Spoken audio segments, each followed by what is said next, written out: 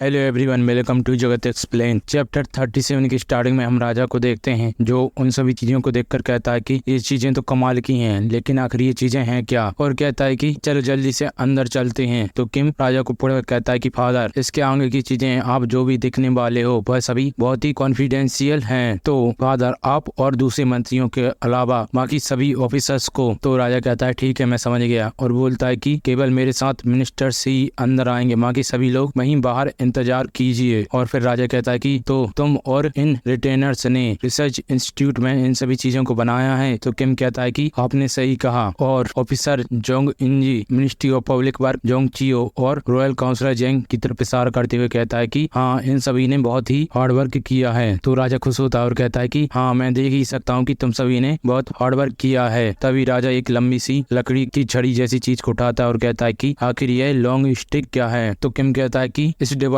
को इंक्लोमीटर कहते हैं, जैसा कि इसका नाम है। इस डिवाइस से हॉरिजॉन्टल और वर्टिकल लेवल को मापा जाता है। यह डिवाइस अभी फाइनल प्रोडक्ट नहीं है। जब यह आयरन बॉल बिल्कुल सेंटर में जाकर रुकती है तो इसका मतलब है कि यह लेवल बिल्कुल समान है। तो राजा कहता है कि हम इससे कहां पर क्लम्बनेस को मेजर करने वाले हैं। तो किम कहता है कि हम बिल्डिंग्स को मेजर करने वाले हैं। तो राजा कहता है बिल्डिंग। तो किम कहता है कि हाँ, क्योंकि यह बहुत ही इम्पोर्टेंट चीज है। जब हम एस्ट्रोनॉमिकल डिवाइस को इंस्टॉल करेंगे तो यह बेस की परफेक्ट लेवल को इंश्योर करेगा। तो राजा कहता है ठीक है, मुझे समझ में आ गया, और पूछता है कि तो क्या हम इस डिवाइस को दीवार बनाने और गवर्नमेंट ऑफिस बनाने में यूज नहीं कर सकते। तो किम कहता है कि मुझे माफ करना, लेकिन यह अभी भी बहुत जल्दी है। तो राजा पूछता है कि आखिर क्यों। तो किम कहता है कि ये इंक्लीमीटर अभी भी डेमोन्स्ट्रेशन फेज में है। हमें इसे रियल लाइफ में यूज करने से पहले इसकी एक फाइनल रिपोर्ट को सबमिट करना होगा। तो राजा कहता है कि ठीक है, मैं समझ गया, मैं इसका इंतजार करूंगा। और फिर एक शिप को देखकर कहता है कि ये जरूर वारशिप होगी, क्या तुमने इसका मॉडल तैयार किया है। तो किम कहता है कि हाँ, आपने सही कहा, यह सबसे बड़ी वारशिप का एक प्रोटोटाइप है। और फिर हमें वारशिप के बारे में बताया जाता है कि यह जोशियन डायनेस्टी के शुरुआती समय में इन मिलिट्री शिप्स को ट्रांसपोर्ट और लड़ाई दोनों के लिए यूज किया जाता था। और फिर राजा दूसरी शिप को पकड़ कर कहता है कि आखिर ये शिप कौन सी है, ये बिल्कुल जोशियन की शिप की तरह नहीं लग रही है। तो किम कहता है कि यह पश्चिमी शिप है, यह वारशिप के पैमाने के हिसाब से बनाई गई है। और राजा कहता है कि क्या, और बहुत उत्सुकता में कहता है कि ये पश्चिमी शिप तो बहुत ही बड़ी शिप है, आखिर मल्ला इसे कैसे चलाते होंगे। तो किम कहता है कि इस चीज को इसकी जरूरत नहीं है, यह चीज पूरी तरह से हवा की पावर पर निर्भर करती है। और तभी राजा की नजर शिप में लगी तोप पर पड़ती है और वह कहता है कि ये आर्मेंट। तो किम कहता है कि इसका प्राइमरी आर्मेंट कैनन है। यदि हमारी कैलकुलेशन सही हुई तो यह लगभग 80 कैनन्स को कैरी कर सकता है। इतना सुनकर राजा चौंकता है और कहता है कि 80 कैनन्स, और नाचते हुए कहता है कि ये तो कमाल है क्राउन प्रिंस। तो किम कहता है कि फादर, मैं ऐसी बहुत सी चीजें बनाऊंगा और आपको ये चीजें शो करूंगा। तभी राजा की नजर अलमारी में रखे बिलों पर पड़ती है और वो बोलता है कि आखिर यहाँ पर नूडल का कटोरा क्या कर रहा है। तो किम कहता है कि ये कोई नूडल्स का कटोरा नहीं है, बल्कि यह तो लोहे से बने जहाज का एक प्रतीक है। तो सभी लोग चौंकते हैं और पूछते हैं कि क्या एक शिप जो लोहे से बनी हो। और फिर हमें कुछ महीने पहले का सीन दिखाया जाता है और हम रिसर्च इंस्टीट्यूट में देखते हैं, जहाँ पर किम कहता है कि हम एक आयरन की शिप बनाएंगे। तो वह लोग चौंकते हैं, कहते हैं कि राजकुमार, ये इम्पॉसिबल है, एक बच्चे को भी पता है कि आयरन से बनी चीजें पानी में डूब जाती हैं। तो किम कहता है कि ये कोई इम्पॉसिबल चीज नहीं है, अभी हमें केवल उसका रास्ता नहीं पता। और किम कहता है कि यूनिक जाकर ब्राउज नीडल ब्लॉक को लेकर आओ और एक लार्ज बेसन में किचन से पानी भर लाना। तो यूनिक कहता है जी राजकुमार। और फिर हम बेसन में देखते जहाँ पर लोहे से बना कटोरा तैर रहा होता है। और किम कहता है कि जैसा कि आप सभी देख सकते हैं कि ये आयरन पानी पर तैर रहा है। और किम कहता है कि यदि इसी के सेम वेट के एक ऐसे कटोरी को लिया जाए जो कि अंदर से खोखला ना हो और जिसका एरिया छोटा हो, तो वह पानी के कांटेक्ट में आते ही वह उसमें डूब जाएगा। लेकिन ये कटोरा अंदर से खोखला है और इसका सरफेस एरिया भी बहुत बड़ा है, जो कि वाटर के कांटेक्ट में आते ही उसके ऊपर तैरने लगता है। ऐसा इसलिए है क्योंकि यदि किसी चीज का जब मास सेम रहता है लेकिन वॉल्यूम बढ़ती है तो उसकी डेंसिटी कम हो जाती है। और हम फिर ली चोंग को देखते हैं, जो मैंने सोचता है कि मास आखिर ये क्या है। और रॉयल काउंसिलर जेंग कहते हैं कि यो, और ministry of public work minister जो चूल कहते हैं कि ये तो वही है जो हमने बेसिक साइंस डिपार्टमेंट में पढ़ा था। तो जुंग चू कहता है कि यदि हम आयरन की शीट को बहुत चौड़ा और पतला कर दें और उन सभी को जोड़ दें, तो उन सभी को जोड़कर क्या हम एक शिप बना सकते हैं। तो किम कहता है कि यदि इसे सिंपल भाषा में कहूँ तो हाँ। जुंग चू कहता है कि लेकिन यहाँ पर एक प्रॉब्लम है कि आखिर हम आयरन शीट को एक दूसरे से कैसे जोड़ेंगे कि उनके अंदर पानी ना आए। तो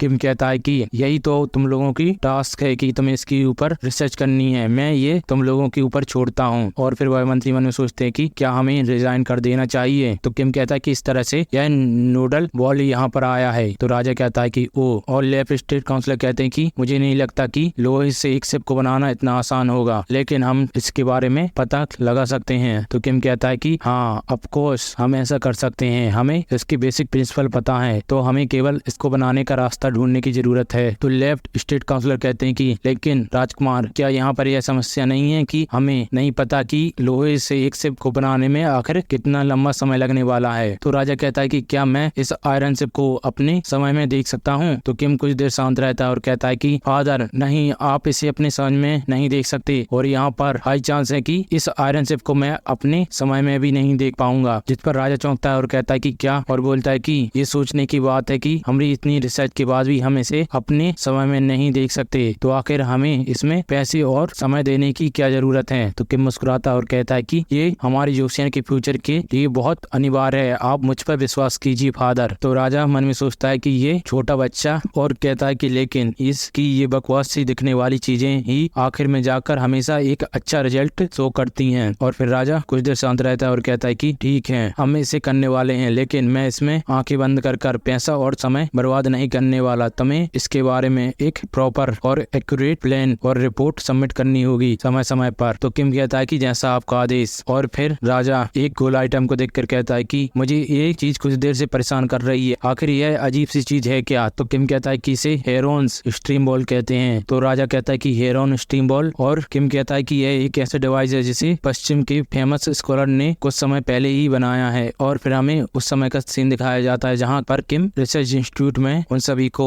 बाय निडल बॉल पानी में तैर कर दिखा रहा होता है, और कहता है कि यदि हम लोहे की एक ऐसी शिप बनाने में सक्सेसफुल हो गए जो कि पानी में तैर सकती है, तो इसी के साथ एक अलग समस्या भी उत्पन्न होगी, जैसे कि इस शिप का साइज है, इसे केवल लोगों की मदद से मूव करना बहुत ही मुश्किल होगा। आखिर हम इस शिप को कैसे मूव करने वाले हैं। तो जोंग चो कहते हैं कि हाँ, ये तो एक समस्या है। और किम मन में सोचता है कि मैंने जोंग यूसल से उम्मीद की थी, इन्होंने तुरंत ही इस समस्या को भांप लिया। तो किम कहता है कि मैं भी इसी समस्या के बारे में सोच रहा था, इसलिए मैं एक नया रिसर्च प्रोजेक्ट चालू करने वाला हूँ। और बोलता है यूनिक ऑर्डिनेंस सेल से जाकर वह डिवाइस लेकर आओ जिसके बारे में मैंने तुमसे कहा था। तो यूनिक कहता है जी राजकुमार, और उन्हें वह डिवाइस देकर कहता है कि ये यहाँ पर है। और किम कहता है कि एक बेजियर और पानी की केतली लेकर आओ। और किम उसके अंदर पानी भरता है और उसे पैक करता है और कहता है कि मैं पानी और आगे की पावर को एक सोर्स के रूप में इस्तेमाल करने वाला हूँ। तो वह लोग कहते हैं कि पानी और आग आखिर कैसे। तो किम कहता है कि तुम इसे जल्दी समझने वाले हो। और हम देखते हैं कि किम ने स्टीम बॉल के नीचे आगे को जला दिया होता है और वह सभी लोग उसे ध्यान से देखते हैं। और जैसे ही पानी गर्म होता है तो और हम देखते हैं कि इस बॉल के आजू बाजू दो छेद लगे होते हैं जिनमें से गैस निकलने लगती है और वह बॉल धीरे धीरे घूमने लगती है, जिसे देखकर जोंग चो कहता है कि ये बॉल तो एक व्हील की तरह घूमने लगी। और रॉयल काउंसलर जेंग कहते हैं कि इसकी स्पीड तो धीरे धीरे बढ़ने लगी है। और किम कहता है कि मैं इस चीज को स्टीम इंजन नाम देने वाला हूँ। चैप्टर 38 की स्टार्टिंग में हम उस स्टीम इंजन को देखते हैं जो कि बहुत तेजी से घूम रहा होता है। इसे देखकर सभी ऑफिसर्स बहुत हैरान होते हैं और कहते हैं कि ये तो सोचने वाली बात है कि इतने छोटे पानी और आग की मदद से यह इतनी तेजी से घूम सकता है, इसे तो स्टडी करने की जरूरत है। तो रॉयल काउंसलर जेंग कहते हैं कि यदि हमने इसे परफेक्ट बना लिया तो मुझे लगता है कि हम इसका शिप में भी यूज कर सकते हैं और ये हमारे लिए बहुत ही अच्छा होगा, क्योंकि यह हमारे पास रहेगा तो हमें हवा की जरूरत नहीं होगी। तो किम कहता है कि हम इस डिवाइस का केवल शिप में यूज नहीं करने वाले। तो ली चोंग पूछता है कि क्या ऐसी कोई और भी जगह है जहाँ पर हम इसका यूज कर सकते हैं। तो किम कहता है कि क्या हो यदि हम इस चीज से कैरीज को मूव करें। तो ऑफिसर चौंकते और कहते हैं कि कैरीज। और फिर हम प्रेजेंट का सीन देखते हैं जहाँ पर राजा कहता है कि तो तुम इस डिवाइस से कैरीज को मूव करने वाले हो, मुझे ये चीज समझ में नहीं आई। तो किम पूछता है कि आखिर आपको कौन सा पार्ट समझ में नहीं आया। तो राजा कहता है कि हमें इस डिवाइस को चलाने के लिए लगातार पानी और आग की जरूरत होगी, तो हमें इसके लिए बहुत सारी लकड़ी और वाटर को कैरीज में लोड करना होगा। यदि ऐसा रहेगा तो हमारे पास एक्चुअल जो चीज है उसे लोड करने की जगह नहीं बचेगी। तो किम मन में सोचता है कि जैसी मुझे किंग सेजोंग से उम्मीद थी वह बहुत ही तेज है। और कहता है कि मुझे आपकी बारिश के बारे में पता है फादर, लेकिन ये स्टीम इंजन के अंदर बहुत ज्यादा पावर है, यह केवल एक ही नहीं बल्कि बहुत सारी कैरीज को मूव कर सकता है। तो राजा कहता है कि बहुत सारी कैरीज, क्या ये सच में पॉसिबल है? तो किम दरवाजा खोलता है और कहता है कि चलिए मैं आपको इसे शो करके दिखाता हूँ। और राजा दरवाजे के अंदर चीजें देखकर बहुत चौंकता है और हम अंदर का सीन देखते हैं जहाँ पर रेल की पटरी बिछी होती है। और राजा कहता है कि आखिर ये क्या है? और किम मन में सोचता है और खुश होता है कि ये कुछ नहीं बल्कि एक अल्टीमेट एंड गेम है, 21वीं शताब्दी का रेलवे मॉडल। और कहता है कि फादर, मुझे आपको इस स्टीम इंजन की पावर दिखाने का मौका दीजिए। और कहता है यूनिक लोकोमोटिव को तैयार करो। और पूछता है कि क्या तुमने स्टीम इंजन को चक्कों से कनेक्ट कर दिया है? तो यूनिक कहता है कि जी। तो किम आगे को अपने हाथ में उड़कर कहता है कि मैं इसे डेमोन्स्ट्रेट करने वाला हूँ। और वह इंजन में आग लगा देता है। तो राजा और लेफ्ट स्टेट काउंसलर उसे ध्यान से देखते हैं और हम इंजन में से भाप आते देखते हैं और वह रेलगाड़ी चलने लगती है, जिसे देखकर सभी लोग खुश होते हैं। और राजा मन में सोचता है कि ये तो सच में काम कर रहा है। तो किम कहता है कि यह अभी भी एक मॉडल है,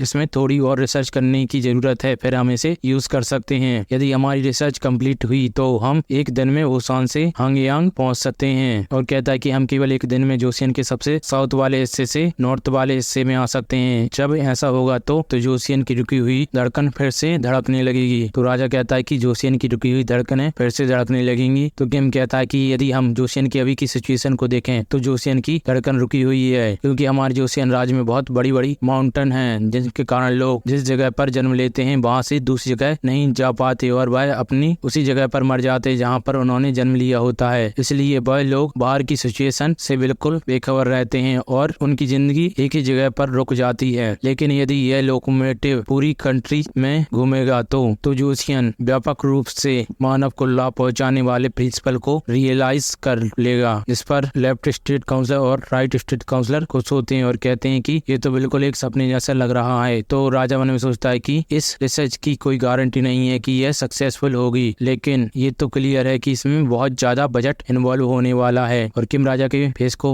देखकर मन में सोचता है कि मुझे पता है कि आप क्या सोचने वाले हैं। और किम मिनिस्टर ऑफ पब्लिक वर्क से कहता है कि आप प्लीज वह प्लान राजा को सबमिट कर दीजिए। तो जुंगचू कहते हैं कि जी राजकुमार। और जुंगचू बहुत सारी बुक्स को राजा के सामने रख देते हैं, जिन्हें देखकर राजा चौंकता है और कहता है कि आखिर ये सब क्या है? तो किम कहता है कि यह नेशनल कंप्रेहेंसिव डेवलपमेंट प्लान है, जिसे पढ़कर राजा कहता है कि ऐसे समय के लिए मैं उन गोल्ड पेन से नफरत करता हूँ। और किम कहता है कि अभी की जोशियन की ज्योग्राफी, इकोनॉमिक, पॉपुलेशन और रिसोर्स डिस्ट्रीब्यूशन को देखकर जोशियन को ताकतवर बनाने के लिए यह प्लान है। और हम राजा को देखते हैं जो उन बुक्स को गिन रहा होता है, जो कि पूरी 42 होती हैं। और राजा कहता है कि ये बुक्स देखने लायक हैं। चीफ स्टेट काउंसलर, आप दूसरे मिनिस्टर्स के साथ इन सभी बुक्स का एग्जामिनेशन करेंगे। तो चीफ स्टेट काउंसलर कहते हैं कि जैसा आपका आदेश। और फिर किम कहता है कि फादर, मेरी आपसे एक और रिक्वेस्ट है। तो राजा कहता है कि वह क्या है? तो किम कहता है कि अभी के समय रिसर्च सेंटर टैलेंट की कमी से जूझ रहा है। आपकी इस बेटे और दूसरे सभी ऑफिसर्स को मिलाकर भी हम लोग रेस्ट नहीं कर पाते।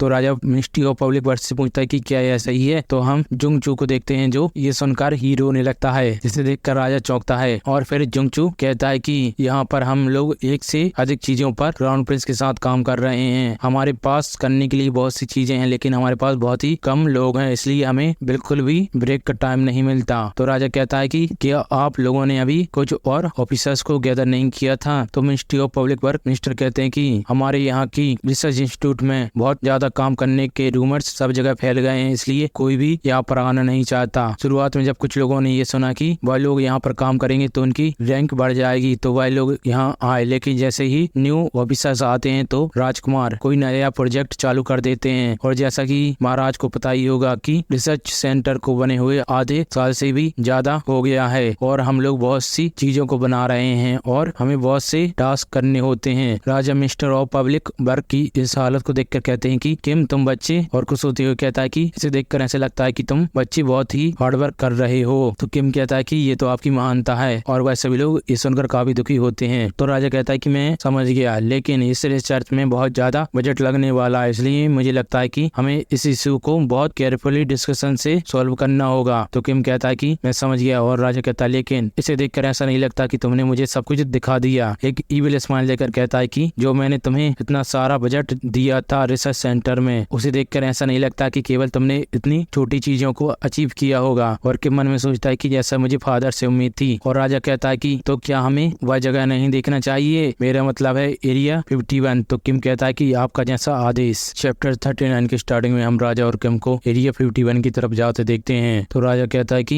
एक बाप और बेटे को इस तरह से घोड़े पर घूमना काफी अच्छा है। तो किम कहता है कि मैं आपसे सहमत हूँ फादर। और राजा पूछता है कि लेकिन आखिर ये एरिया 51 का मतलब क्या है। तो किम कुछ देर शांत रहता है और कहता है कि ये कुछ ज्यादा बड़ा नहीं है, ये बस सुनने में अच्छा लगता है। तो राजा कुछ समझ नहीं पाता और कहता है कि लगता है हम एरिया 51 पहुंच चुके हैं। तो किम कहता है कि यस फादर। और तभी 2 सैनिक सामने आते हैं और कहते हैं कि वहीं रुक जाओ, केवल इसके अंदर वही पर्सन जा सकता है जिसे अंदर जाने की परमिशन है, तो अपना आइडेंटिफिकेशन दो। जिस पर राजा कहता है कि आखिर ये कैसी गुस्ताखी है। तो किम कहता है कि फादर मैं भी इस जगह के अंदर बिना आइडेंटिफिकेशन के अंदर नहीं जा सकता। यह ऐसी जगह है जहाँ पर सिक्योरिटी बहुत ज्यादा जरूरी है, तो प्लीज आप गुस्सा मत होइए। और किम आइडेंटिफिकेशन कार्ड दिखाकर कहता है कि ये यहाँ पर है। तब दोनों सोल्जर्स भाले को अपने सामने लाकर सैल्यूट करते हैं। राजा उनमें सोचता है कि आखिर ये कौन सा स्टेंस है, और फिर वह लोग दरवाजा खोल देते हैं और राजा और किम अंदर चले जाते हैं। और राजा कहता है कि यहाँ की सिक्योरिटी तो बहुत ही टाइट है। तो किम कहता है कि ये ऐसा इसलिए है ताकि यहाँ की कोई भी इंफॉर्मेशन लीक ना हो सके। तो राजा पूछता है कि अगर तुम यहाँ पर क्या कर रहे हो जो तुम्हें इतनी ज्यादा सिक्योरिटी रखनी पड़ी। तभी राजा के पास जनरल चोंग और दूसरा सोल्जर आता है जो उन दोनों को सैल्यूट करते हैं। और राजा मन में सोचता है कि इनका स्टेंस पहले के सोल्जर्स से अलग है, लेकिन यह थोड़ा अच्छा दिख रहा है। और राजा कहता है कि तुम लोगों ने अच्छा काम किया, और बोलते हैं कि ये सोल्जर्स के पहनावे थोड़े अलग लग रहे हैं लेकिन ये बहुत ही यूनिक है। तो जनरल चोंग कहते हैं कि ये सब तो महाराज का धन्यवाद है कि ये सब हो पाया है। तो राजा कहता है कि आखिर तुम इस जगह पर करते क्या हो। तो